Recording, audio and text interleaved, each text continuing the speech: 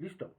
Vamos a retomar entonces la forma en la que nosotros tendríamos que hacer una evaluación estadística de los procesos de la calidad total cuando se llevan a cabo como parte de las políticas, pero también cuando ya hay un intento, y es fuerte este, de llevarlas también como parte de la filosofía de la empresa. Para hacerlo, les preguntaba yo hace unos minutos, ¿cuál es lo primero en lo que debemos de fijarnos para poder hablar de una evaluación pertinente? Y bien, tuvieron a bien responder que primero tiene que saberse cuál es el costo real sobre el cual se está hablando en cuanto al manejo del producto o del servicio que se da. Después tendremos que saber qué de ese producto y de ese servicio se va a evaluar con la calidad, cómo o de qué manera hacerlo, que en este caso, bueno, es un sistema estadístico con el que ya tenemos cierta familiaridad, donde el área en específico que más nos interesa, o si es en toda la empresa, cuándo, el tiempo que nos vamos a dar, si es que llevamos esto en un proceso de evaluación formal, por qué y para qué. Si no tenemos esas dos preguntas respondidas, créanme que entonces muchos de los esfuerzos que nosotros imprimamos no van a servir absolutamente de nada, por una razón muy simple. Mientras nosotros no tengamos en claro hacia dónde van orientados los esfuerzos que ponemos en este trabajo, pues realmente no vamos a estar tampoco seguros de cuáles son los elementos sobre los cuales realmente vamos a poder aplicar la evaluación. Después, lo que tenemos, ahora sí, es la complementariedad estadística que nos da el manejo de los datos en función a indicadores. Recuerden, y era la pregunta que yo les hacía. ¿Cómo vamos a hacer una evaluación de la calidad? La calidad como concepto tiene que medirse en índices. Índices o dimensiones desde las cuales nosotros vamos a trabajar nuestros procesos. ¿Cuáles son esas dimensiones? Bueno, todos y cada uno de los elementos que comparten las personas en sus puestos para entregar, generar o colaborar en un producto de calidad. Después de que tenemos esas dimensiones, tenemos que saber cómo es que están compuestas. O sea, cuáles son los indicadores que literalmente nos van a dar la presencia o la ausencia, en cuanto a fuerza se refiere, de acuerdo a el nivel de veces que se reproduce, se presenta o se organiza, todos esos elementos en una sola generalidad. En este caso, en un índice o ya sumados todos para tener como base esa idea de calidad. Ya que tenemos evaluados esos elementos, podemos otorgarles procesos numéricos, o sea, convertirlos en variables cuantitativas que pueden escalarse, ¿sale? Convertirlos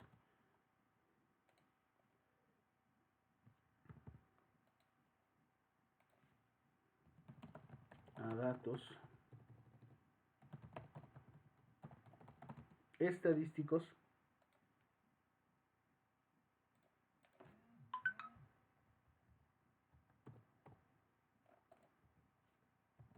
que pueden cuantificarse, ¿ok? Ya que tenemos entonces la cuantificación, vamos a poder entonces hacer la evaluación. Cada uno de esos datos va a tener un valor. La presencia o la ausencia de este va a ser lo que nos norme o nos indique la manera en la que la fuerza de esta va a estar evaluada. ¿Hasta ahí estamos bien? ¿Dudas, preguntas, alguna aclaración al respecto? Básicamente es lo que nosotros hicimos con nuestros instrumentos cuando les sacábamos índices e indicadores. Ahora bien, con esos histogramas nosotros podemos manejar lo que veíamos en quinto, que es la curva de la normalidad. O sea, en qué punto o en qué nivel este elemento que está aquí va a poder descender o va a calcular de acuerdo a los niveles de confianza que nosotros nos demos, para saber reconocer si estos elementos con los que estamos trabajando parten o están dentro de los parámetros con los cuales hemos evaluado nuestro modelo. Ahora bien, cada uno de esos puntos tiene una dispersión, o sea, que el valor encontrado en la evaluación de la calidad del proceso que estamos llevando a cabo va a tener una puntuación. Nosotros necesitamos transformar esa puntuación en función de la posición que se obtiene sobre la media aritmética, que es 1. En este caso, esa media aritmética nosotros sabemos que va a darnos la relación específica de los elementos que están presentándose aquí. Es más, con este modelo, que era la correlación de Pearson, vemos que a mayor número de semanas aumenta también la venta de carros, en el ejemplo que tenemos aquí.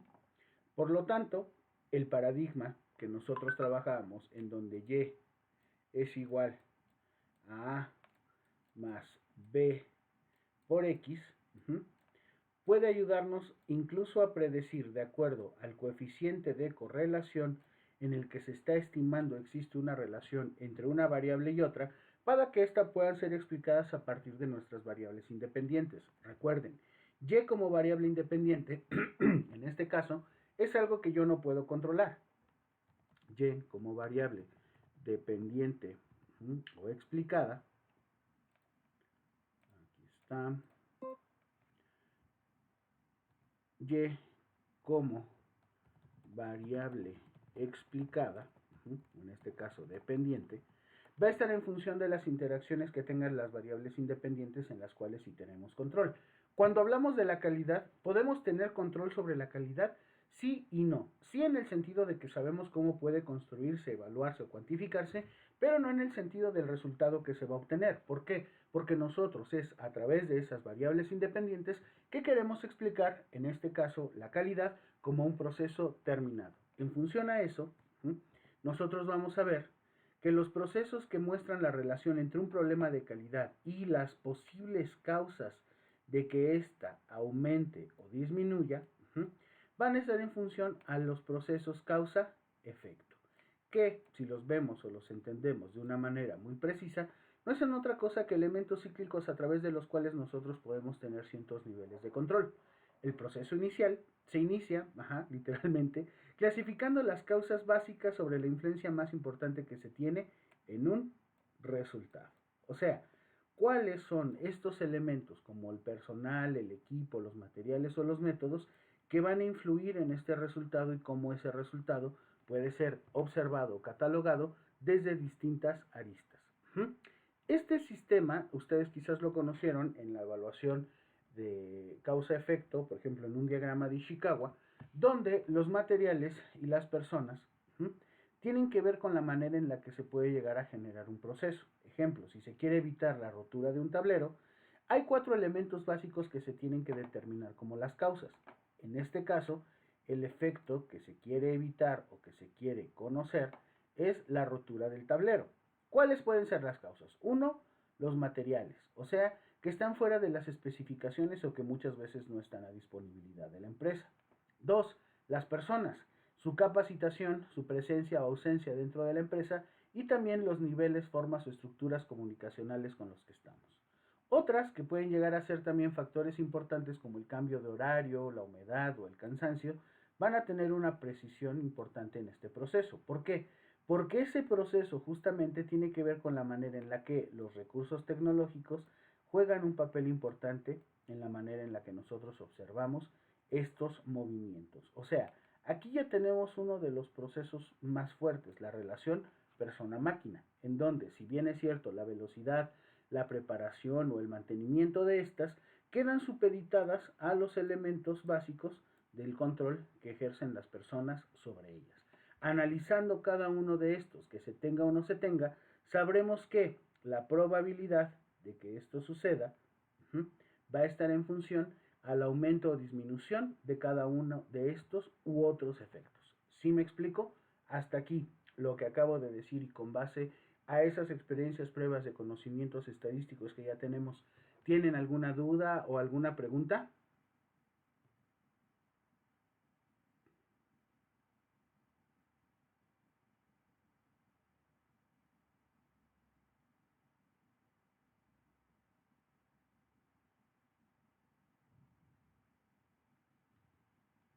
Y entonces, excelente, realmente no es muy complejo.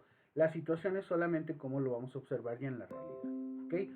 Otro de los diagramas que nosotros utilizamos como el diagrama de Pareto, en donde los elementos van a estar cuantificados en una escala percentil y que cada uno de estos puede tener o generar distintos procesos sobre los cuales nosotros veremos, en realidad, cómo se está mostrando la importancia de la relación con el problema y la condición de causa. Esto quiere decir que se debe de enfocar en los problemas críticos, siempre basándonos en un orden de importancia.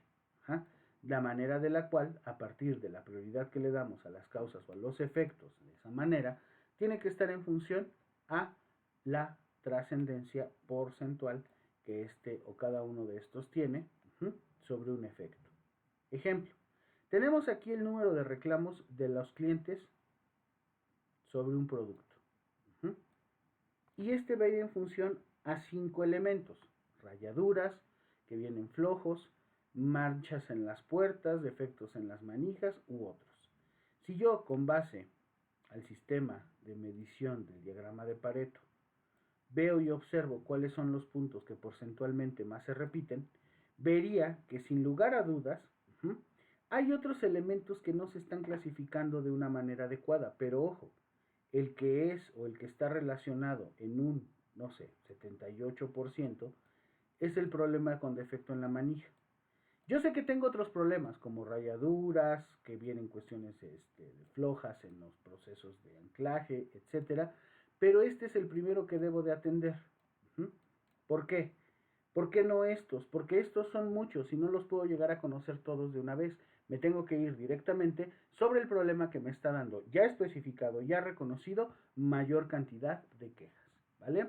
El brainstorming o la tormenta de ideas también es una relación muy bonita, causa-efecto, pero para serles honesto, como técnica grupal, no siempre llega a ser bien aceptada. Esta fue creada en 1941 por Alex Osborne, cuando su búsqueda de ideas creativas resultó en un proceso interactivo en donde se percató que dos cabezas piensan mejor que una. Resolver problemas, a lo mejor para muchos de nosotros es una ventaja o es algo que ya tenemos. Siempre nos hemos guiado bajo ese paradigma. Hay que buscar soluciones, no dar problemas. Buscar una solución implica que voy a tomar decisiones importantes sobre las quejas y no hacerlas más grandes o incluso desarrollarlas desde dentro del entorno organizacional en el que yo estoy trabajando. ¿Qué quiere decir? Que en este caso la tormenta de ideas puede llegar a ser un elemento muy benéfico para cuando no nos queda claro cómo se está presentando, atendiendo o incluso tratando de resolver un problema. ¿Por qué? Decía yo, dos cabezas pueden pensar mejor que una. En ese caso, se utiliza cuando tenemos una libertad real en la creatividad de los equipos. O sea, que el empowerment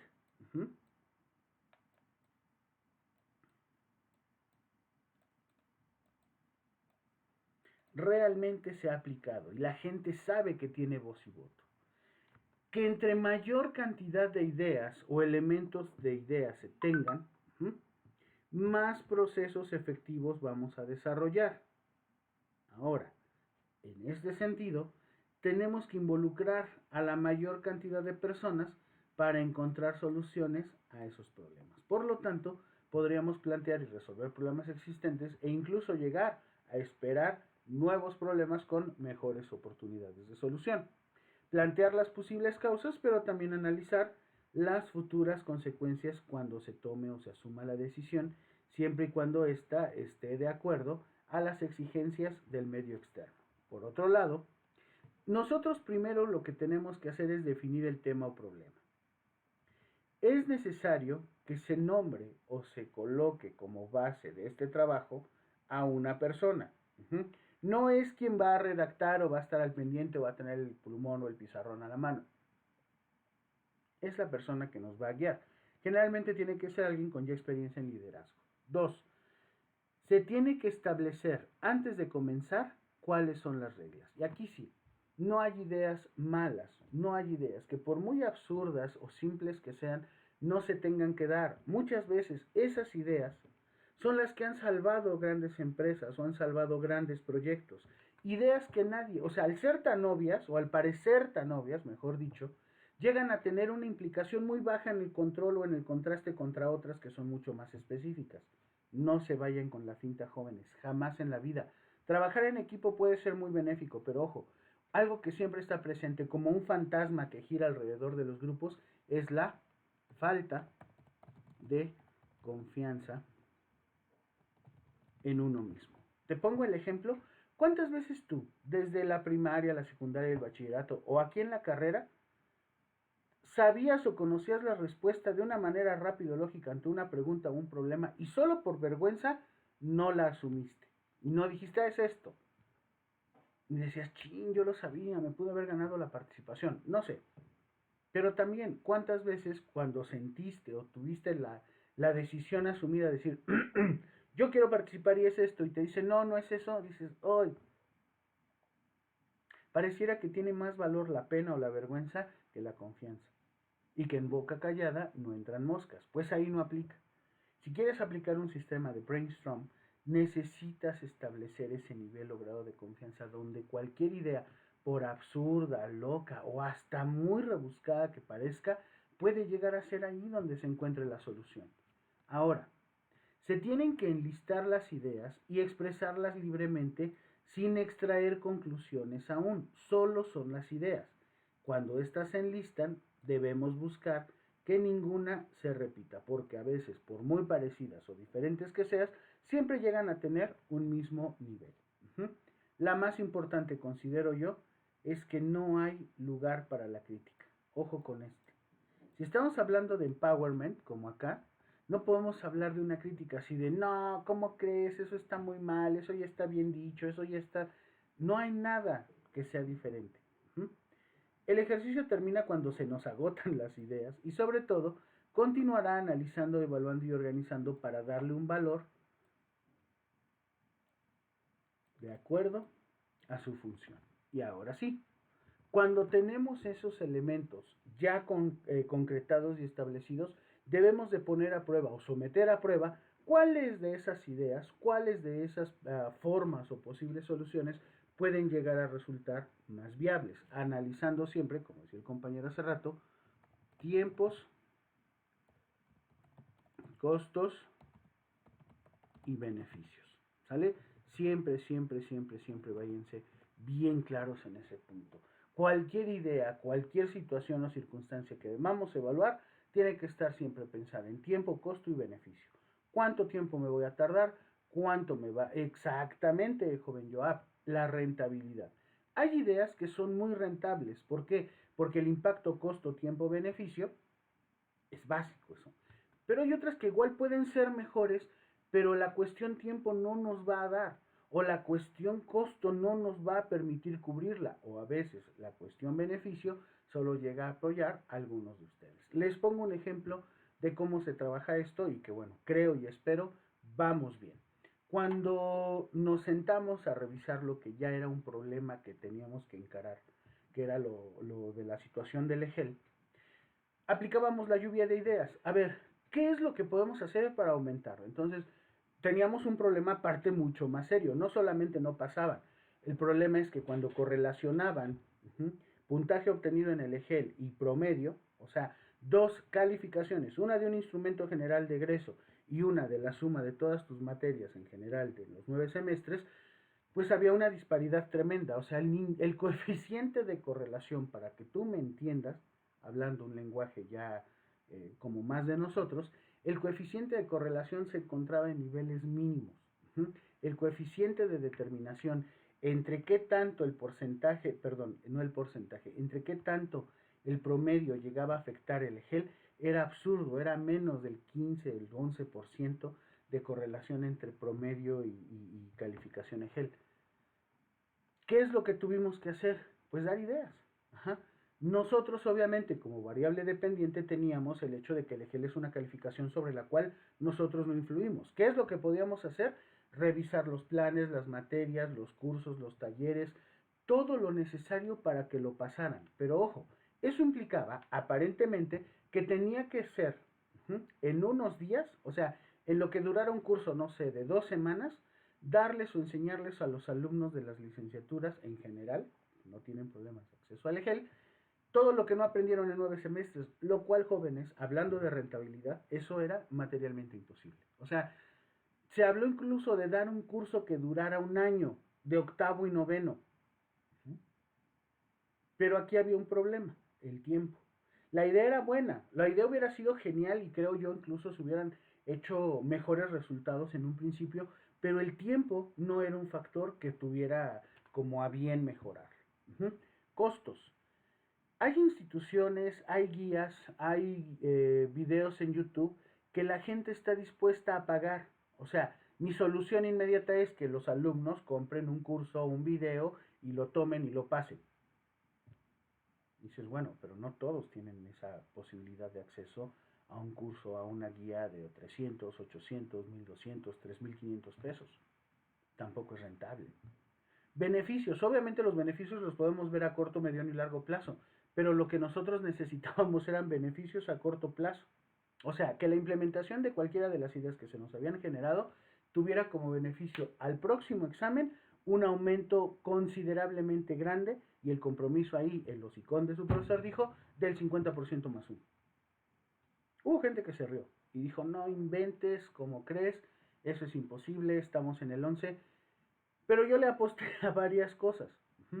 Una de ellas, que fue con la penúltima generación del Plan 99, era que ya habían trabajado y sabía que ellos sabían que ya tenían algunos elementos importantes sobre los cuales trabajar. Y aparte era una generación muy pequeña. Bien, 3 de 5 lo pasaron. Dicen, no, que no cuenta, que eso es trampa, que porque son muy poquitos, no sé qué. ¿Funcionó? Y entonces ahí hubo gente que dijo, ok, con menos, pero cumplió lo que se decía. Siguiente generación, el número se cuadruplicó, eran veintitantos. 50% más uno, plus uno más. Llegamos al 62, si mal no recuerdo, en esa última generación. Cuando empieza, o sea, el semestre pasado, cuando se obtienen los resultados de esta última generación, obvio, yo estoy descontando todos aquellos que no lo hacen y lo hacen y lo hacen y no lo pasan. Esos, digamos que no son datos que yo necesito manejar. ¿Qué crees? Avanzamos igual. Entonces se viene manteniendo. El problema es que el costo, tiempo, beneficio no siempre va a ser igual y no siempre se pueden tomar o asumir las mismas decisiones. ¿Vale? Otros, propulsores de la calidad total. Me voy directamente con este señor, Philip Crosby. Este señor que habla de la gestión de la calidad nos habla de algo de lo que nosotros ya hemos platicado en otras ocasiones. ¿Se acuerdan de las 4Ds? Bien, adivinen qué. Todos quieren, pocos pueden. Algunos lo intentan, pero solo muy pocos lo logran. ¿Por qué? Generalmente cuando nosotros pensamos en algo que queramos o deseamos, creemos que solo con visualizarlo, decretarlo, atraerlo o pensarlo, nos va a acercar a ello. Y una de las perdón, ¿cómo le llaman esto de la ley? Te voy a decir ley de la gravitación, pero no es gravitación. Así como de que tú deseas y lo atraes. Ley de causa-efecto, ¿no? Ya le estoy como con otras cosas de Newton. Ley de la atracción, ya me acordé. Mucha gente cree en esto. Y ojo, en Instagram, en Facebook, en TikTok, vamos a encontrar una enorme cantidad de personas que te manejan, exacto, lo de la ley de la atracción, pero desde diferentes perspectivas. Tú quieres algo, tienes un deseo. ¿Cómo se cumplen los deseos, jóvenes psicólogos? ¿Con un genio?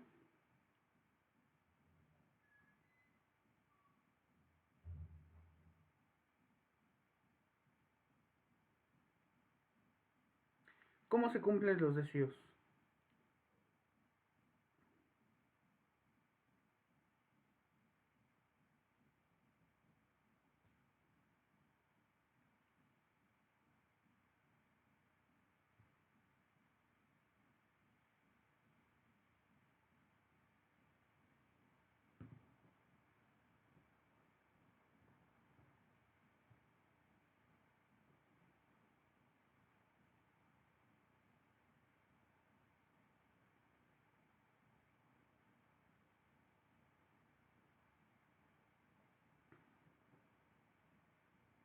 ¿Quién me dice, jóvenes psicólogos?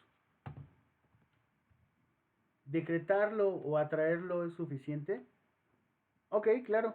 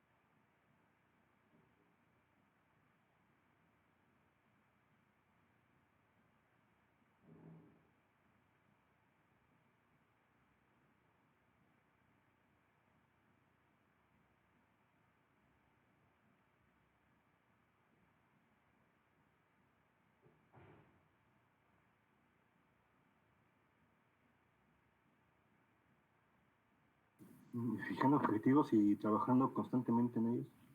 Puede ser, pero hemos logrado algunas cosas ya importantes en nuestra vida. ¿Cuántas de esas cosas, metas, objetivos, deseos en su vida han llegado solos? Sin que ustedes se tuvieran que esforzar mucho. Solo con pensarlos, desearlos o visualizarlos, llegaron a ustedes.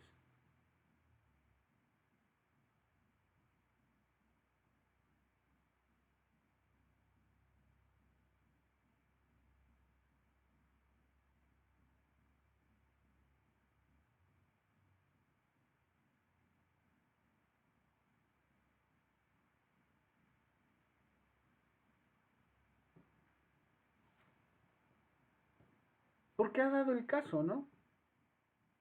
No siempre las cosas se logran con trabajo, ¿cierto? Hay algunas que te llegan solo por desearlas, ¿verdad?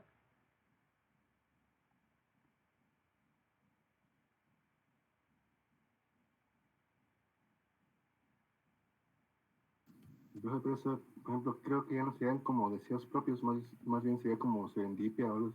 Exactamente, justo lo acaba de decir. Por supuesto que no, solo se debería a la serendipia, a la casualidad, al azar. Nosotros sabemos que con querer algo o querer que suceda, no va a pasar. La calidad como estrategia debe verse y entenderse como una forma pensada para desarrollar, de acuerdo a los elementos que nos son precisos trabajar, como una guía. 2. La calidad es un modelo y la calidad como estilo de vida. Va en función a la disciplina, a la constancia o al orden que le ponemos a las cosas. No al deseo nada más. O sea, que el deseo es lo que todos queremos, la decisión asumida, que es importante porque nosotros lo creemos así. Mucha gente me dice, entonces lo más importante es la disciplina. Por supuesto que sí, pero en realidad la decisión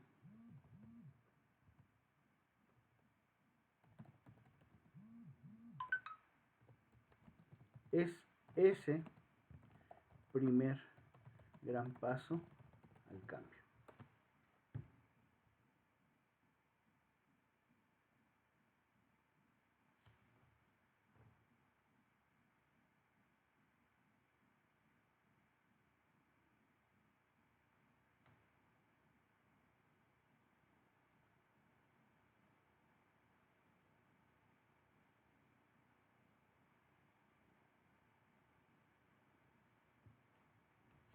Ahora, con respecto a eso, ¿por qué la decisión es el primer gran paso y no la determinación o la disciplina? Por una razón muy simple. Nosotros tenemos que decidir transformar nuestro modelo de pensamiento y llevarlo a una estructura funcional. Pero bueno, vamos un poquito a hablar de quién es este señor Philip Bayard Crosby, alias Phil Crosby. Es un empresario de Estados Unidos que nace en 1926 en Wheeling, Virginia. Fallece en el 2001 en Winter Park, en Florida. Y es autor de una de las teorías que más ayudó a manejar la práctica de la gestión de la calidad. Y es justamente enseñar a los administrativos, al personal administrativo de las empresas, que no siempre pensar, desear o querer las cosas nos van a llevar a ellas, sino más bien que hay elementos basados en la disciplina y en la decisión. Cuando él llevaba su política de los cero errores, hubo gente que se reía de él. ¿Por qué? Porque decían que el error es humano y que aquello que no comete un error no es humano, por lo tanto no nos sirve. A ver, nosotros, yo estoy de acuerdo, somos psicólogos, hablamos ese lenguaje, es común que cometamos errores de elección, de decisión, de vocación, de todo lo que tú quieras. Pero ojo, el error sí, efectivamente es humano, pero en los procesos no hay errores. No hay errores. En un proceso hay equivocaciones. Y cuando tú te equivocas, Ojo, no estás fallando, no es una situación fortuita que tenga que ver con procesos de madurez, experiencia o así, no. Cuando tú te equivocas es por una situación de falta de organización. Fíjate lo que te estoy diciendo. Por mucho tiempo nosotros creímos, o al menos creo que muchos hasta el día de hoy, que el error es aquello que acompaña el fracaso. No es así, al contrario. El error es aquello que acompaña o que está presente siempre en el aprendizaje. Ese aprendizaje entonces tiene que ver con el hecho de que, bien, yo puedo fallar, yo puedo cometer un error mínimo, básico, no sé, en cualquier área. Por eso la tarea que se van a llevar el día de hoy para dentro de 8 días. El problema es cómo es que entonces puedo evitar equivocarme y no fallar. El error es humano, en eso estamos de acuerdo. Bueno, el señor Crosby decía que cuando la calidad se presenta como algo gratis, en su obra que pudo publicar, concibe que el gasto para asegurar la calidad de un producto debe verse y comprenderse como la mayor inversión a la que debe de aspirar una empresa. Y que justamente, por eso me pareció importante la participación del joven Heber, la rentabilidad de una compañía o de un negocio puede en determinadas formas pagarse sola con el beneficio que va a traer a corto, mediano y largo plazo. Cuando nosotros vemos eso, entenderíamos entonces que la calidad tiene que basarse en el cumplimiento de requisitos mínimos sobre lo cual él propone, que la política y la idea de cero defectos tiene que ver con la calidad conforme a lo que nosotros vamos obteniendo como requerimientos y sobre todo se mide no de la conformidad, sino en función a un enfoque que lleva a pensar que entre menos me equivoque, menos procesos voy a tener. Ojo, no es un eslogan, cero defectos no es un eslogan, es un estándar de la calidad. Y así como veíamos esto en las normas ISO 9000,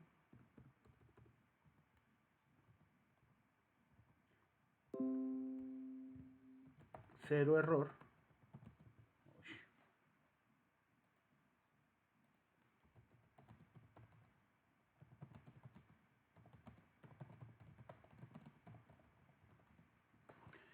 anda por ahí la señorita Bisueto, la señorita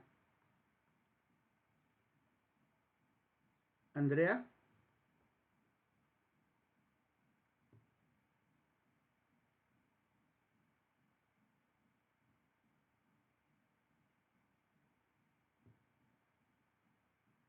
Se los pregunto porque allá en la empresa en la que están ahorita haciendo algunas cosas, hay, luego que entras y te registras y todo, hay un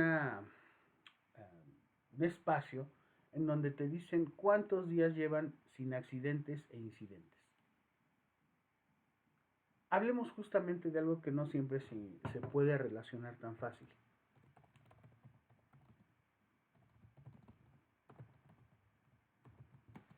El liderazgo y la calidad.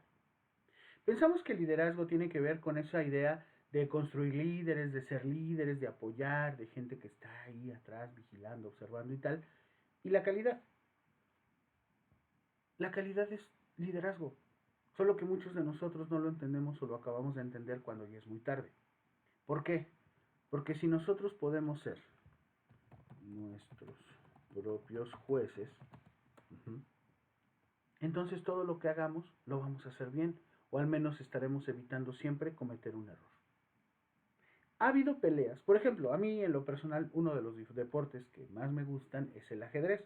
¿Por qué? Porque es un juego de estrategia. A veces el engaño, a veces el sustento que tú le das a una base práctica del desarrollo de una jugada no va en función a otra cosa más que a una estrategia, ¿ok?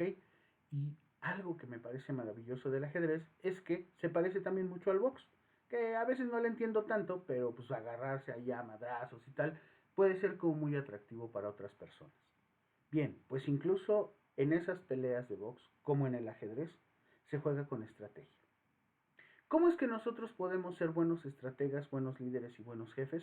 Bien, primero, y como dice Bill Crosby, a lo primero que le debemos de afectar es que la gestión de la calidad se vaya siempre en la prevención. Más vale prevenir que lamentar.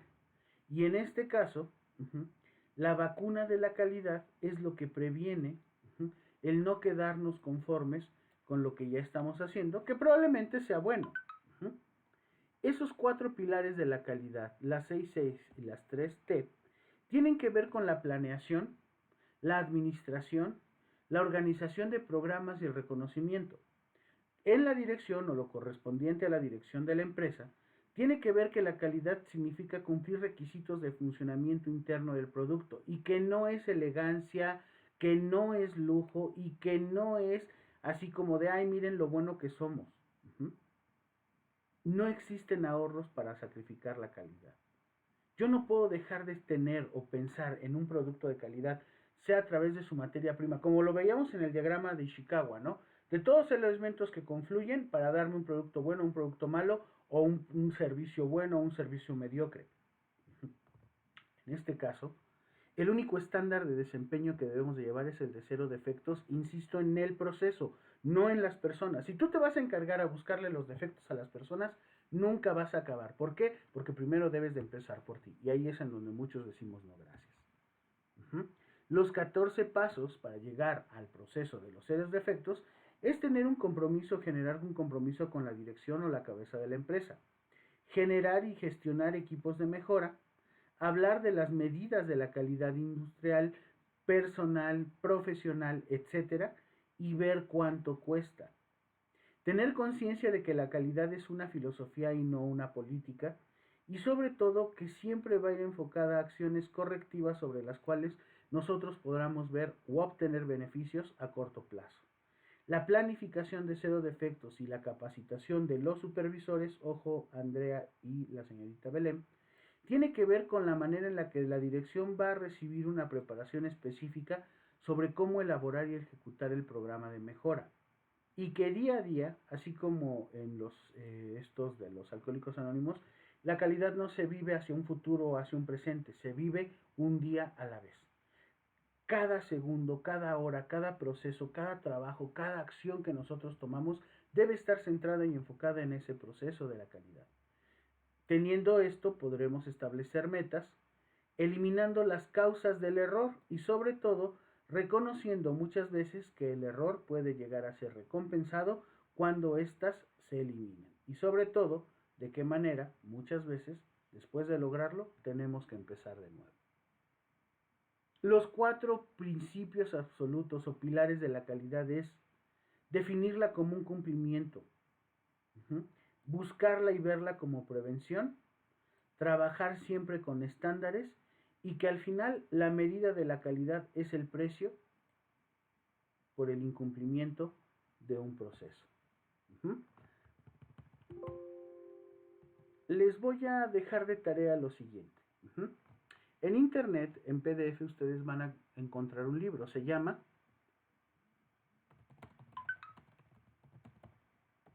El arte de la guerra. El autor es un general chino de hace miles de años que se llamaba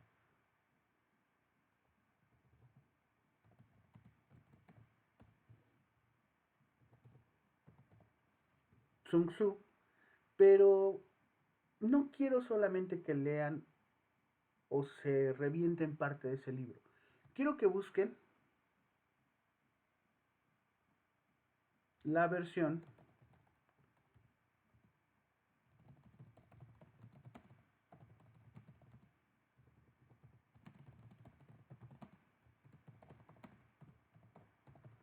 si pueden encontrar lo que hace Peter Drucker, estaría muy bien. No quiero un resumen del libro, ni quiero que vengas y me lo cuentes, ni quiero que bajes un resumen unas horas antes de la clase dentro de 8 días. Quiero que de verdad te comprometas a buscarlo, que lo leas y que me traigas la que para ti, de todas las estrategias que trae, puede llegar a ser la mejor. Una o varias. Pero eso es lo que vamos a discutir. ¿Por qué? Porque la calidad también se mide por estrategias. Y para ser buenos necesitamos buenas estrategias. Para ser mejores necesitamos cambiar. Y para cambiar necesitamos estrategias de cambio. Próxima semana empezamos el cierre de la materia y vamos a ver por ahí algunos elementos que, como el día de hoy, nos ayudarán a recordar un poquito de los ejercicios estadísticos básicos. ¿De acuerdo? Que tengan una buena semana. Espero que vaya bien su curso de preparación para el EGEL. Cualquier duda o comentario que tengan al respecto o apoyo que requieran, aquí estamos. Tampoco olviden que tienen que irse preparando para su EGEL, perdón, para su TOEFL test, y que hay un puntaje mínimo que se tiene que cumplir. Vean videos, hay creo tutoriales muy buenos en YouTube que te pueden ayudar a entenderlo. Y si de plano alguien tiene miedo o considera que no está como tan al 100 en esto del examen de inglés, contácteme y con